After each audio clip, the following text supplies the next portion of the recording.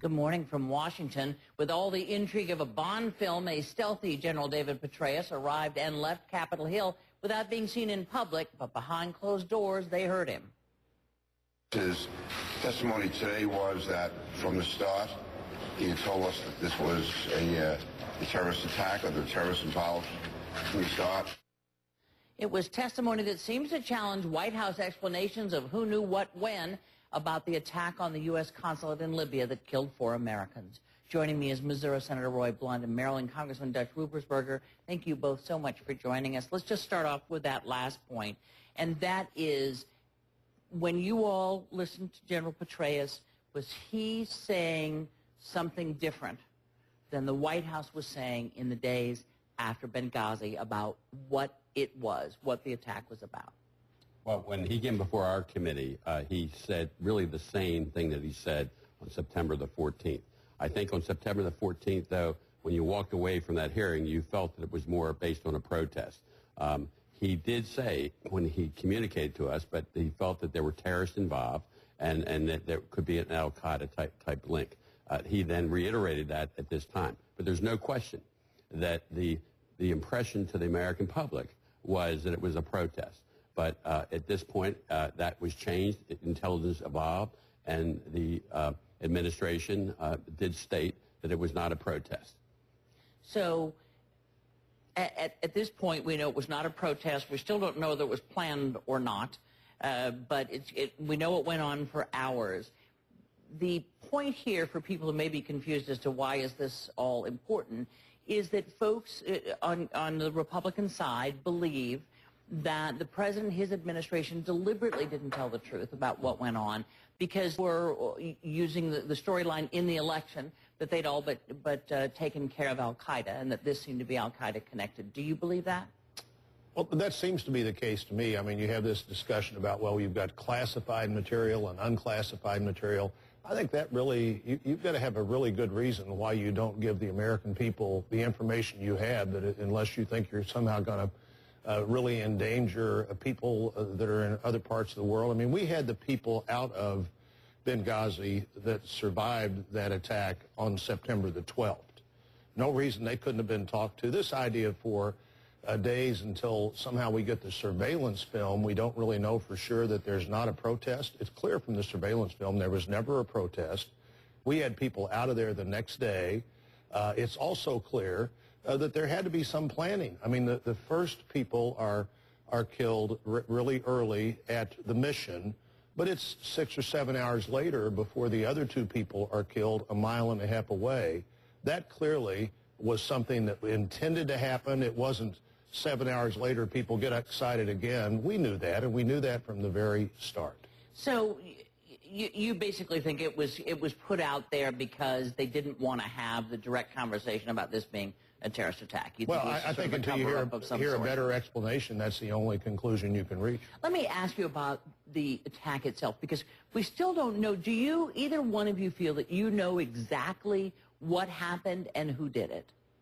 Well, from what I know and the information that we received is that the first attack was more of a chaotic type of attack.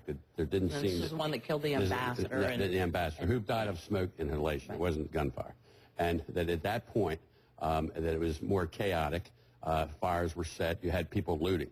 But then 7 hours later, the attack at the compound was a lot different. That was well organized. People who knew how to shoot mortars.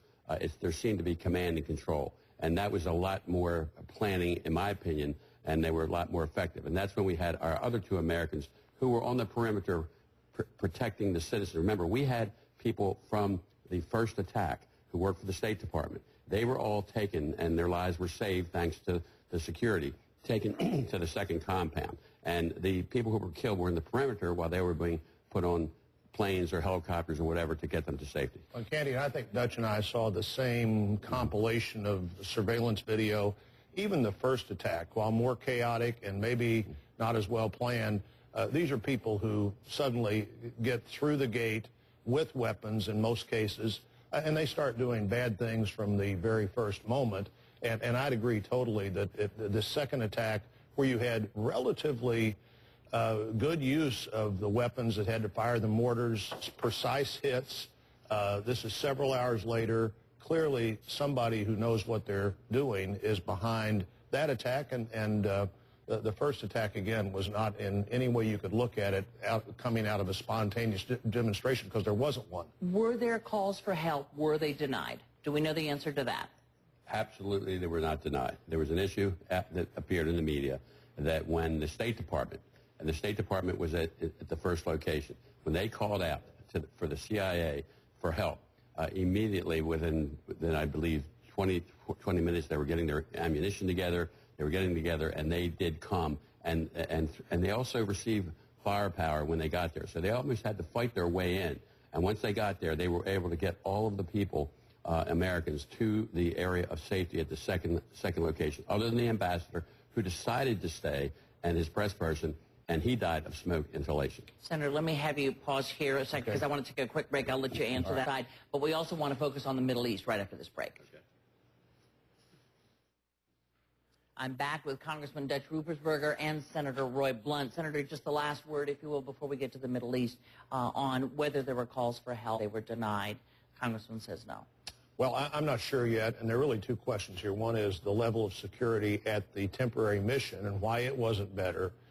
Dutch is, my understanding, exactly right. Once people in Benghazi were called, they got there pretty quickly. They'd left their location within 24 minutes of the call. But my other question would be, there was nobody anywhere in the world that we could get there in 6 or 7 hours to save those last 2 lives and potentially other lives that could have been lost in that attack that occurs hours after the ambassador is killed and the mission itself has been abandoned to this second facility. Okay. Let me move you on to the Middle East, because tensions, to put it mildly, are high. You have this confrontation between Israel and Hamas over the Gaza, and you have added on to that the Arab Spring, which gave us new leadership in Egypt. How scary is this at this point? How confident are you that President Mohamed Morsi is going to be a force for good in calming this down? Well, the first thing, I think clearly Israel has the right to defend itself, and they have to do whatever they have to do to protect their citizens. We have to remember the United States as if Washington, D.C. was being attacked from the state of Maryland. So it's very, very serious in what's happening there. I think as far as the Arab Spring, clearly the dynamic has changed. And I think that the United States now is looking to Morsi to use his influence with Hamas to get them to stop shooting the missiles. Hopefully you could take advantage of this negative situation and start talking about peace. History shows that is unlikely at this point. But Israel has to stand, protect their citizens at all costs. And you cannot continue to have these rockets sent in. But President Morsi has his own problems at home, too, in terms of trying to be tough on Hamas, which, after all, is part of the Muslim Brotherhood and the Palestinians. Do you think he can be helpful? Has he been helpful? I don't know that he has.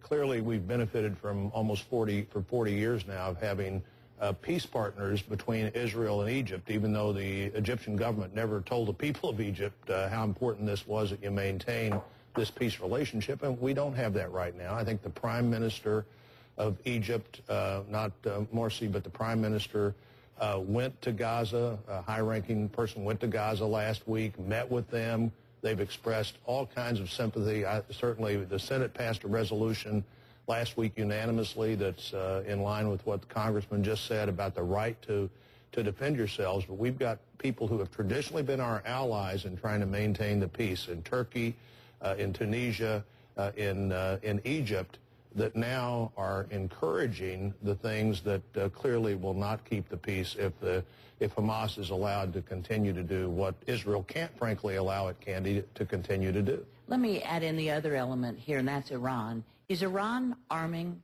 Hamas? I mean, we know where these weapons are coming in. They say, Iran says they're not, but is there evidence to the contrary? Is Iran involved in the arming of Hamas and what seems to be a little bit, at least, of increased capacity with these missiles coming from the Gaza? Well, they're coming in and they're getting there from somewhere. My guess is Iran is involved. My guess is there has to be some tacit involvement in Egypt and the border, or these things wouldn't be getting into Gaza. And there's all kinds of public encouragement of what we would consider terrible misdeeds perpetrated on innocent people in Israel coming out of Gaza. think Iran is a very dangerous country, very dangerous to Israel, to the Middle East, and also to the United States.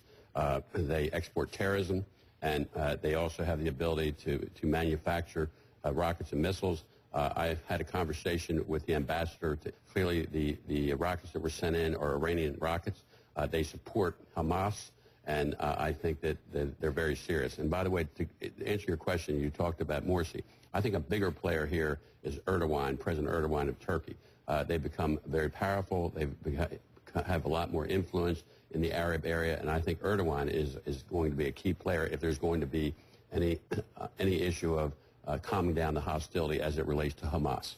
The last 20, 30 seconds we have, that President Obama, as far as we know, doing everything he can. He's satisfied with what the U.S. has said and done so far as regards this new violence. His statements yesterday I thought were helpful. They are in line with what the Congressman and I have said here today, and I hope we're aggressively pursuing that idea that Israel has a right to protect itself, but people all over the world have a real interest in trying to stop this violence from being initiated by Hamas and Gaza. Because the president has also said, apparently, please don't go into Gaza, to Israel. I think president after president has always stood behind Israel. We always will. They're our ally there, and we have to do whatever we can to help them to protect their citizens.